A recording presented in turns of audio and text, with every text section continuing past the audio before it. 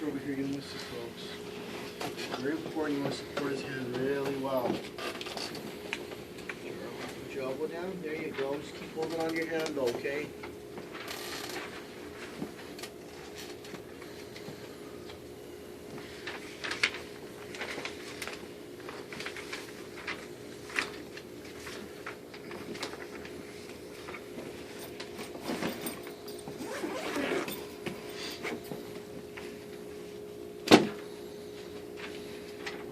Gently put your hand here.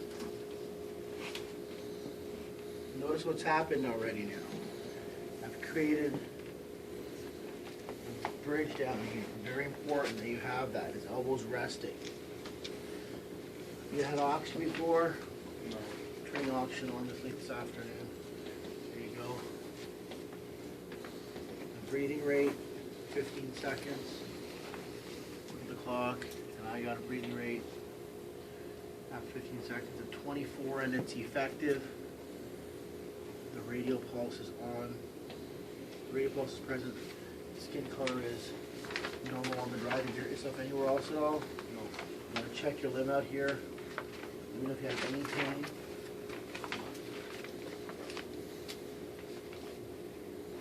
Feel me touching you there? Yeah. Am I touching now? Thank you. Now? You feel me touching you though? Okay. So he's got exactly. I can't get him to do range of motion. It's obvious to me his hand's broken. Pulse is present. Sensory's good. So now.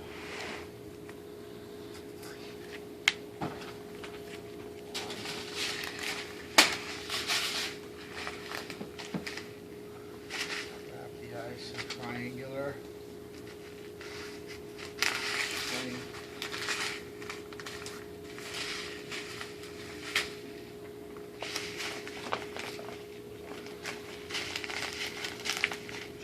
Have that there. Now he's going to medical aid. He's stable. He was pale when he walked in. When I gave him oxygen, his skin color became normal. His pulse is present. So is he stable or unstable? Help me out, boss. Stable. What's my decision? Non-RTC. Medical aid. Non-RTC medical aid.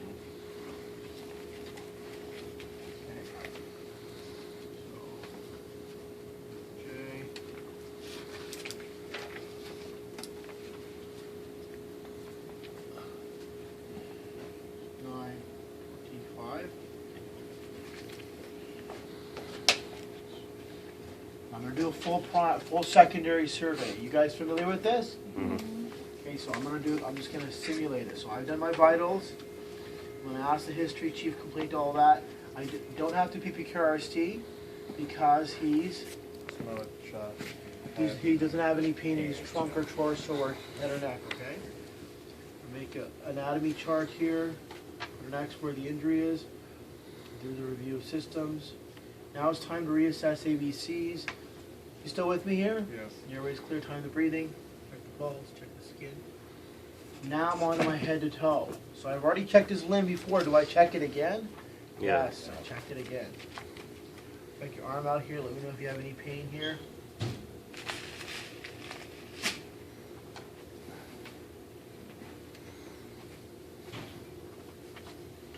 I'm going to look away for a second. Check the pulse. I've already checked all these out. I'm going to do just a bit more methodical. You feel me touching you here? Yeah. How about the fingertips? Yeah. How about now? Do you feel me touching you?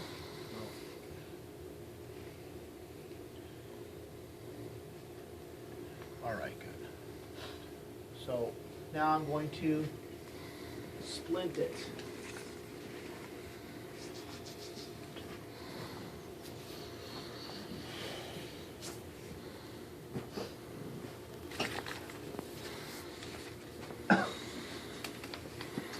So the splinting process is going to be, the principle of immobilization is you must immobilize the joint above and below the injured area. So the injured area is the hand, the joint above it is the wrist. In order to mobilize the wrist, I have to go back all the way up towards the elbow. Did you get that? The principle of immobilization is to immobilize the joint above and below the injured area. So the injured area is the hand. The joint above it is wrist. In order to mobilize the wrist, I have to look towards the elbow. Okay. The rule for splinting for the upper limbs is the fingertips must always be behind this edge of the splint. They cannot, I repeat, they cannot be over the splint. You try to measure up, put your elbow to the ground. Put a hand, curve your hand in the position of function. There you go. Looks like this is going to fit you pretty good. Now if I needed to make it longer, I could do this. Okay. If I need to make it shorter, I can bend it more. So this is just going to make it. Then you need to camber it to strengthen it. Okay. The cambering has to be there. It also has to have his hand in a position of function. So I'm going to put a pad underneath your hand here. Like this. And I explained to my patient, I'm going to put a abdominal pad over top here like this. Take your hand, you move your hand, I'll move your hand as well. We'll kind of take this one, cover the top. This pad here. So this pad goes underneath here.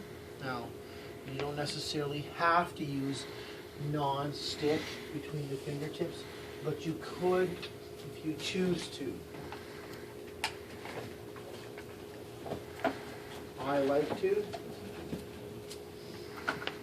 use non-stick between the fingertips.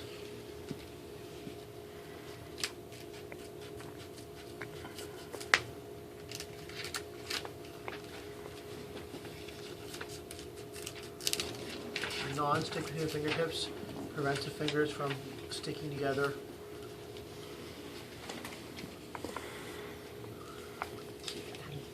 You don't have to be nice and clip between the fingertips, but realistically, people's hands don't mind it, so. Sometimes they just don't really have the use, but take a look at this hand, eh? You don't have to have the finger stuck between the fingertips, but you do have to have the pad under, the roll under, position of function. Position of function is what I'm looking for.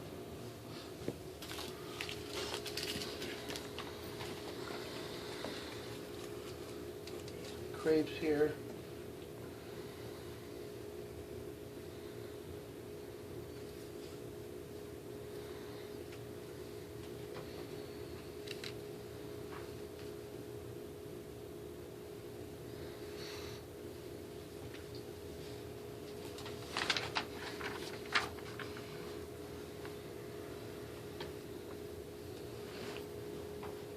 So this one's going to go to the wrist.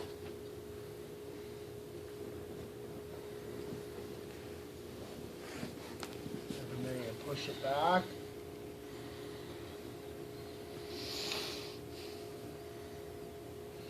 You leave a space for the pulse. It's imperative you do that. Second.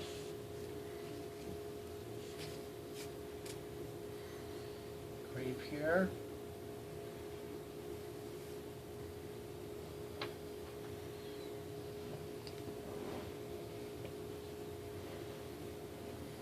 Easily accessible fingertips, but not visible, so you don't want to leave the fingertips visible.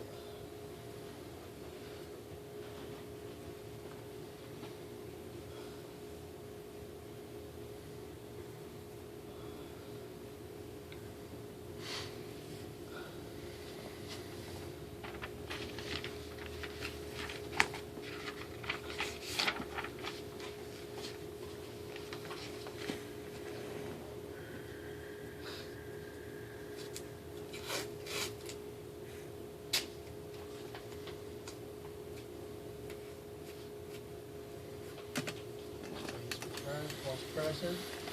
Now I'll put this off for a couple minutes, if that's okay. Still going to reassess it, even though it hasn't been 10 minutes, I'll reassess. How you doing, man? You still okay? Yep. Airways clear, breathing rate 15 seconds. Breathing is effective, pulse is present. Skin is still normal, he's doing well. I'm going to get you to gently sit up, if you will. Okay. And hold this close. Alright, good.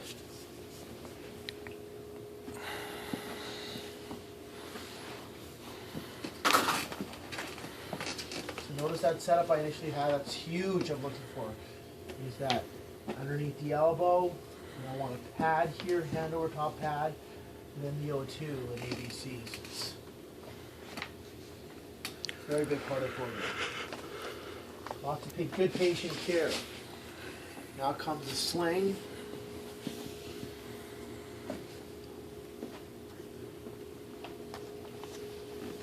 This large arm sling. The large arm sling always hooks. Yesterday we did a sling, right? This one's different. That one was a triangular sling. This is a large sling. So instead of leaving it up here, you bring it around.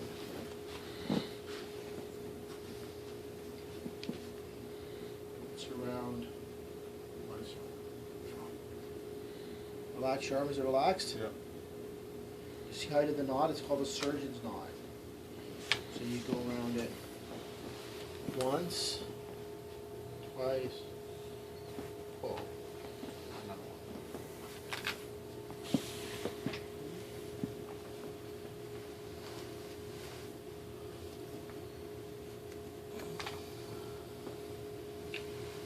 All this, and you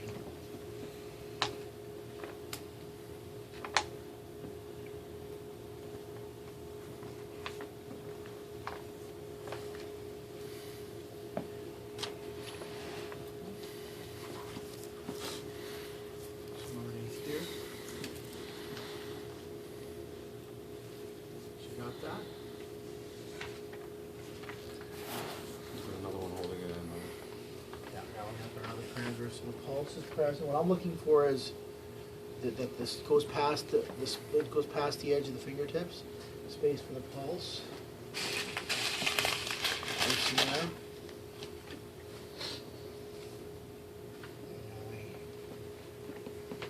What kind of a bandage is this?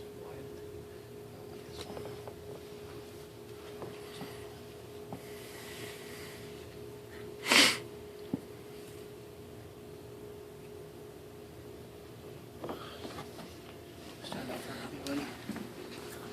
Help me stand up for one with you. Okay, and then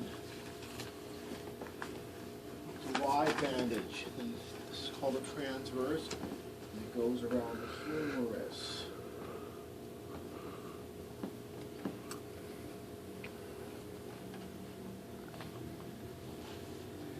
Hold that. It's around, twice around. Take a deep breath in, buddy. Breathe out.